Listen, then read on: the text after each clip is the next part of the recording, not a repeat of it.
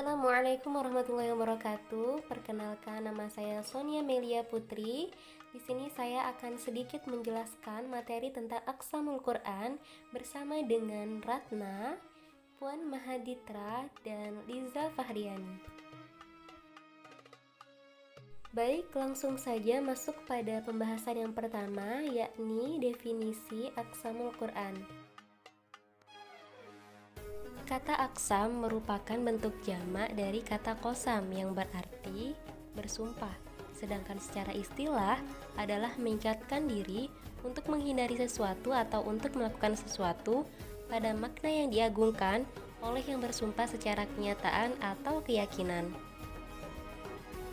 Aqsamul Quran adalah salah satu dari ilmu-ilmu Al-Quran yang mengkaji tentang arti, maksud, hikmah, dan rahasia sumpah-sumpah Allah Subhanahu wa Ta'ala yang terdapat dalam Al-Quran.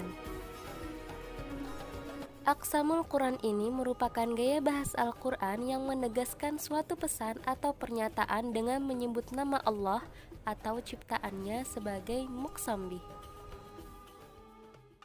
Selanjutnya ada unsur sigot qasam Al-Quran. Unsur-unsur sigot qasam menurut Al-Qatan sebagai berikut. A. Fi'il yang ditransitifkan dengan ba. Dalam praktiknya, fi'il qasam sering dihilangkan dan dicukupkan dengan waw atau ta. Ketiga huruf inilah yang disebut adat qasam oleh Baidan. B. Muqsam bih.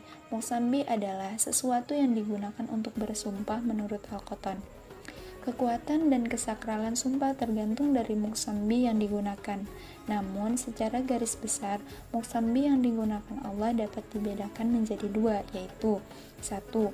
Sumpah Allah dengan zatnya sendiri. 2. Sumpah Allah dengan sebagian makhluknya. 1. Sumpah Allah dengan zatnya sendiri. Sumpah Allah dengan zatnya ini dimaksudkan untuk memantapkan eksistensi zatnya dan sifat-sifatnya al-jauziyah.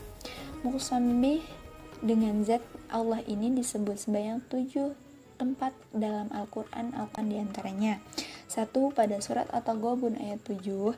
2. Pada surat Al-Hijr ayat 92. 3. Pada surat Maryam ayat 68. 2. Sumpah Allah dengan sebagian makhluknya. Sumpah ini merupakan sumpah yang paling banyak disebut dalam Al-Quran. Sumpah ini digunakan dengan maksud untuk menunjukkan bahwa makhluk itu termasuk salah satu ayatnya yang agung. Di antaranya, 1.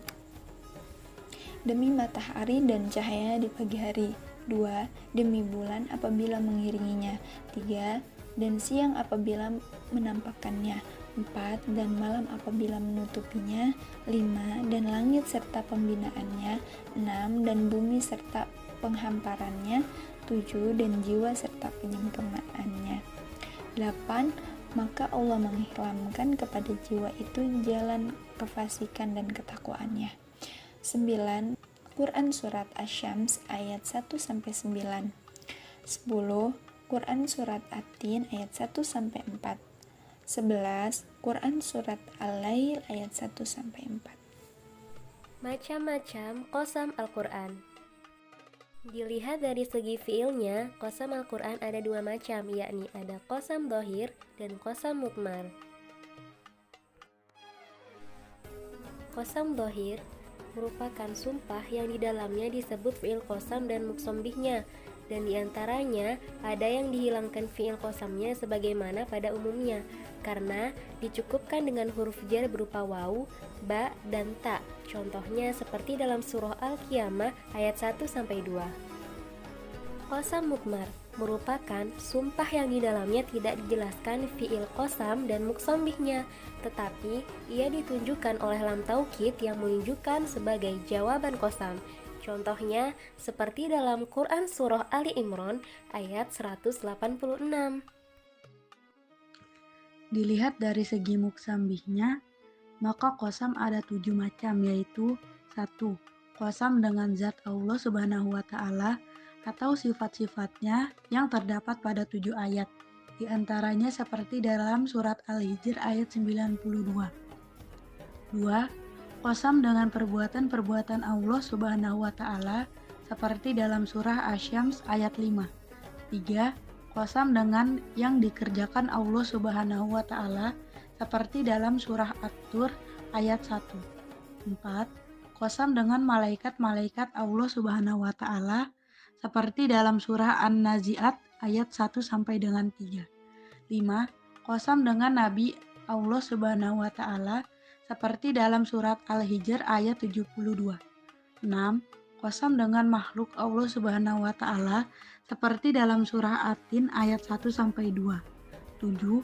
Qasam dengan waktu, seperti dalam surat Ad-Duha ayat 1 sampai 2. Faedah qasam dalam Al-Quran. Menurut Mana Al-Khaton, faedah qasam dalam Al-Quran ini yang pertama, untuk mengukuhkan dan mewujudkan muqsam alaih. Karena itu, muqsam alaih ini berupa sesuatu yang layak untuk dijadikan sumpah. Dan qasam itu dimaksudkan untuk menetapkan kebenarannya. Dan yang kedua yaitu untuk menjelaskan tauhid atau untuk menegaskan kebenaran Al-Quran. Adapun menurut Hasan mengatakan bahwa terdapat 3 macam pola penggunaan kalimat berita dalam Al-Quran, yaitu ibtida, tholabi, dan inkari. Ibtida yaitu untuk orang-orang yang netral dan wajar-wajar saja dalam menerima suatu berita. Tholabi yaitu untuk orang-orang yang ragu terhadap kebenaran suatu berita, sehingga berita yang disampaikan kepadanya perlu diberikan sedikit penguat yang disebut dengan kalimat tauhid. Dan inkari yaitu untuk orang-orang yang bersifat ingkar dan selalu menyangkal suatu berita. Untuk kondisi yang seperti ini, berita itu harus disertai dengan kalam inkari, diperkuat sesuai dengan kadar keingkarannya. Oleh karena itu, Allah menggunakan kalimat sumpah atau qasam dalam Al-Quran ini untuk menghilangkan keraguan, menegakkan hujah, dan menguatkan berita terhadap orang-orang yang seperti ini. Jadi jelas bahwa faedah qasam dalam Al-Quran adalah untuk menghilangkan keraguan, melenyapkan kesalahpahaman, menegakkan hujah, menguatkan kabar, dan menetapkan hukum dengan cara yang paling sempurna.